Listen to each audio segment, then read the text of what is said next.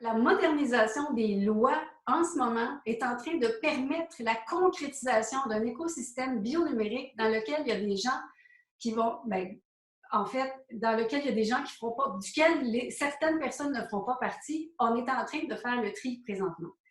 Donc, on a intérêt à accroître notre vigilance face au portefeuille numérique imposé par le gouvernement. Je le rappelle qu'on n'a pas été sollicité pour consentir à ce portefeuille d'identité numérique. Donc, le gouvernement, qu'est-ce qu'il fait là-dedans? Alors, comment ça se fait que le gouvernement n'exige pas une certaine transparence, puis qu'il y a un genre de collision qui est en train de se passer avant même que la loi soit en vigueur au mois de septembre. Donc, c'est ça, là. On est obligé de donner nos données privées à des banques qui sont, on dirait, coordonnées avec l'autorité des marchés, puis qui vont être centralisées dans le gouvernement. C'est très, très inquiétant. Et derrière tout ça, comme je l'expliquais la première fois, c'est que les multinationales qui sont du secteur privé et qui hébergent nos données, qui hébergeront probablement nos données, est-ce que c'est elles qui inspirent nos instances publiques et privées pour aller dans le même sens? C'est-à-dire que toutes les informations que Google détient sur vous, par exemple, sont à Google. Donc, ils sont à même de décider quoi en faire. Ils peuvent les modifier, ils peuvent faire ce qu'ils veulent avec. Et qu'il n'y a rien qui... il n'y a rien qui vous garantit que vous allez pouvoir rester dans l'écosystème bionumérique à travers leurs applications. Si vous êtes censuré par des algorithmes, ben, ils vont simplement vous éjecter. Vous le savez, il y en a plein qui ont déjà vécu ça. Mais c'est ce système de récompense qui existe déjà à travers la censure qui est faite par les réseaux sociaux, par Google et la GAFAM. Mais c'est comme si là, le gouvernement est en train de s'embarquer dans cette même logique. Parce que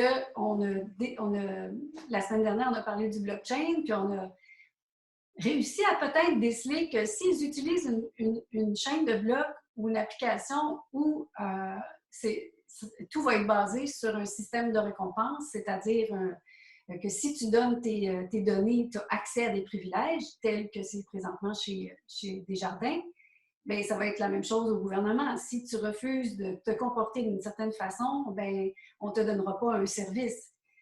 C'est des grandes questions qu'on pose aujourd'hui parce qu'elles doivent être posées puisque c'est déjà en train de se produire à travers la demande abusive de consentement chez Desjardins. Concernant la centralisation de nos données, comme je l'expliquais tantôt, on a vu que ça se pourrait que la technologie de chaîne de blocs soit centralisatrice au gouvernement, donc fermée. Ça veut dire que le citoyen n'aura pas,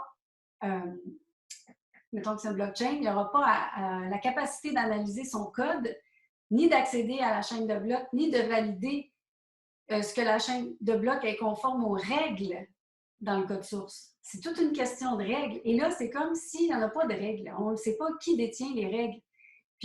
Et pourtant, la loi de la protection sur les renseignements privés, elle nous donne des articles, des règles à suivre, déjà. Et c'est elle qui a préséance sur tout le reste. On ne nous dit pas non plus si le gouvernement va prendre les historiques de notre IP sur notre ordinateur, sur notre GPS, etc. Il y a beaucoup d'opacité dans toutes les questions, là.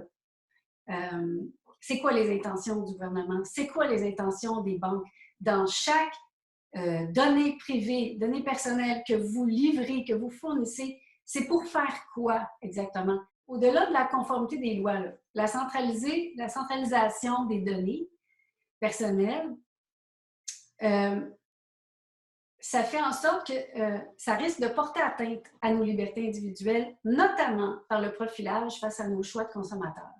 J'en ai parlé dans les autres directs avant, quand je vous parlais de l'identité numérique qui comporte un profil puis un comportement, c'est-à-dire qui on est, notre nom, tout ça, et comment on se comporte dans l'écosystème numérique. Donc, on nous trace, là. On nous trace, on sait où est-ce qu'on va magasiner, avec qui on parle, bon, et comment on se comporte dans tout ça. Ça, c'est du profilage.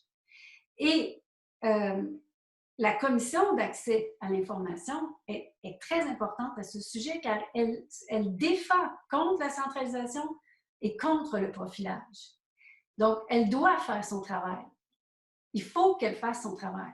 Plus on va porter plainte à la Commission d'accès à l'information, plus elle va être capable de faire un travail éclairé et puis d'une façon comment je pourrais dire, assurée. Là. Alors, l'impact sur vous de tout ça, c'est qu'on peut contrôler, on peut exercer un contrôle sur vos choix en tant que consommateur, en tant que citoyen, en tant que travailleur. Parce que là, tout ce que je vous ai expliqué, c'est pas un complot, c'est simplement un système qui est en train, un écosystème numérique qui est en train de se mettre en place. Puis, de par les choix qui sont faits en ce moment par le gouvernement, de par les demandes qui sont faites, puis la façon dont les institutions bancaires gèrent la question des données privées puis du consentement extorqué, je vais le dire comme ça, bien, ça indique beaucoup de choses. Je veux dire, ça indique qu'il y a, c'est pas une volonté, mais je sais pas d'où, si c'est une volonté, mais en tout cas, on est poussé vers le crédit social. On est poussé vers ce genre de société où celui qui va se conformer va être récompensé, puis celui qui ne va pas se conformer va perdre ses privilèges. C'est ça que Desjardins est en train de faire présentement.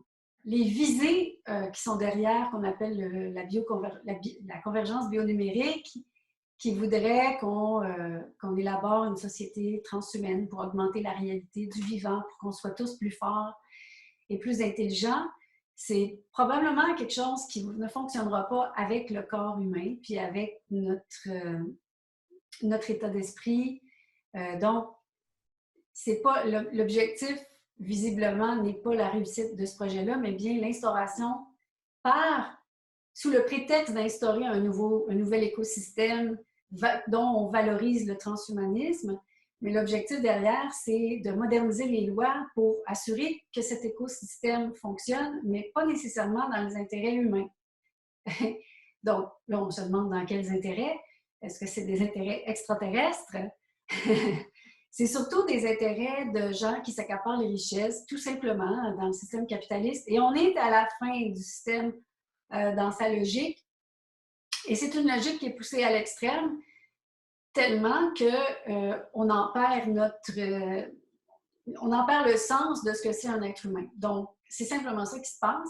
Et si vous laissez faire, bien, qui ne dit mot consent, puis si vous pensez que c'est pas ça qui va se passer, bien, écoutez, c'est vrai que c'est pas comme ça que ça va se passer, mais il reste que vos droits et libertés sont en jeu. Puis une fois que vous allez consentir à offrir toutes vos données à l'écosystème numérique, c'est certain que cet écosystème va vous prendre en charge.